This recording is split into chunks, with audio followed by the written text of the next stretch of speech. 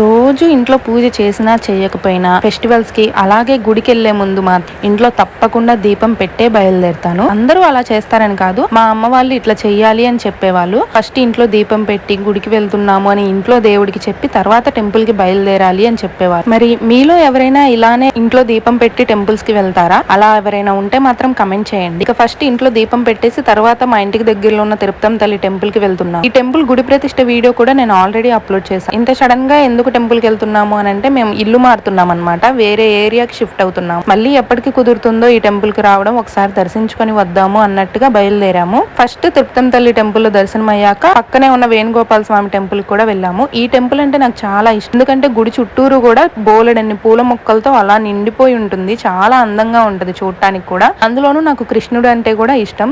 అక్కడ అటుకులు ప్రసాదం పెట్టారనమాట. సో అది తినేసి కొంచెం సేపు టెంపుల్లో టైం స్పెండ్ చేసి రిటర్న్ అయిపోయాము.